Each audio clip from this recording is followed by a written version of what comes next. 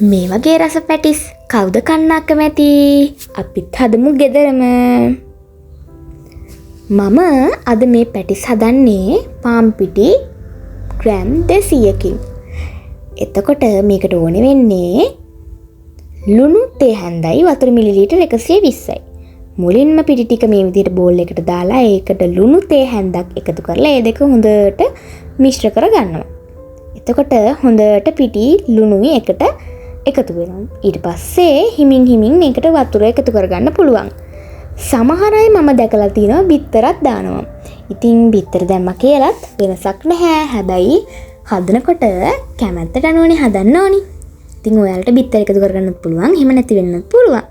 ඉතින් මේ වතුර මිලිලීටර් 120 හිමින් දාලා හොඳට කලවම් කරගන්න. මේක සාමාන්‍ය රළු ඩෝ එකක් වුණාට පස්සේ ඔයාලට මේකට තෙල් එහෙම නැත්නම් බටර් එකතු කරගන්නත් පුළුවන්. ඉතින් මම අද මේකට බටර් එකතු කළේ නැහැ. ගෙදර තියෙන ಜಾති වලින්ම හදාගන්න පුළුවන් මේක. ඒක හින්දා මේ විදියට ඩෝ එකක් හදාගෙන මේක රවුමක් වගේ හදලා විනාඩි 20ක් විතර වහලා තියන්න ඕනේ. ඒ විනාඩි 20 ඇතුළත තමයි ඔයගොල්ලෝ ඔයාලගේ මේ පැටිස් එකට දාන ෆිලින් එක හදාගන්න ඕනේ. ඉතින් මේ ෆිලින් එකට ඔයාලට මස්, මාළු, සැමන්, බිත්තර එහෙම නැත්නම් අලවලින් විතරක් මේ ෆිලින් එක හදාගන්නත් පුළුවන්. ඉතින් මේ තියෙන මගේ විනාඩි 20කට පස්සේ මගේ ඩෝ එක. මේ තියෙන මම ඒ වෙලාව වතුරතර හදාගත්ත මගේ ෆිලින් එක. ඉතින් මේ විදිහට ඔයාලටත් හදාගන්න පුළුවන්. ඉතින් අපි බලමු මගේ ඩෝ එකට දැන් මොකද්ද විනාඩි 20කට පස්සේ වෙලා තියෙන්නේ කියලා. මේ විදිහට ඇල්ල බැලුවාම මේ ඩෝ එක හරීම සීනිදු විදිහට තමයි දැනෙන්නේ. හරීම මෘදු ඩෝ එකක් විදිහට තමයි මගේ අතට දැනෙන්නේ. ඉතින් ඔයාලට මේක බලනකොටත් දැනෙයි. පේන්නේ ඕගොල්ලන්ට මේකේ සැහැල්ලුකම. ඉතින් මේ විදිහට බෝලයක් හදාගෙන මේකට අපිට ඕන වෙන්නේ කටර් එකකුයි මෙන්න මේ රෝලින් පින් එකයි. ඉතින් කටර් නැති කට්ටිය මැෂින් එකක් තියෙනවා නම් ප්‍රශ්නයක් නෑ. එහෙම නැත්තම් බෝතල් මූඩියක් එහෙමත් නැත්තම් මග් එකක් ගන්නත් මේකට පුළුවන්.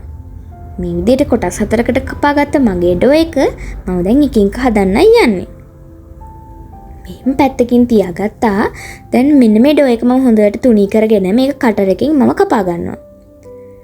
ඔයාලා මේ ඩෝ එක කපා ගත්තට පස්සේ මේක අර පේස්ට්‍රි මැෂින් එකේ තියෙන විදිහට ලස්සනට ඉරි කෑලි වගේ එන්න නම් ඔයාලා මේක හදන්න ඕනේ ගෑරුප්පකින් යට තුනියට තද කරගෙන යන්න.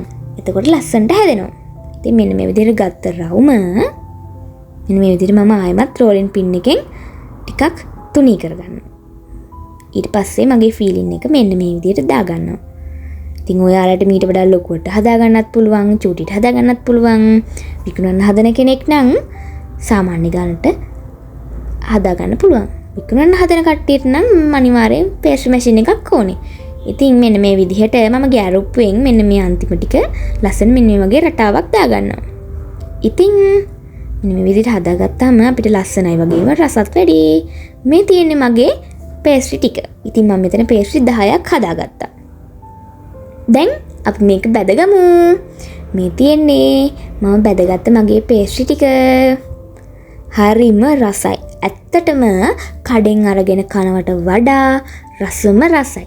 ඉතින් අමතක කරන්න එපා මගේ YouTube channel එක subscribe කරන්න.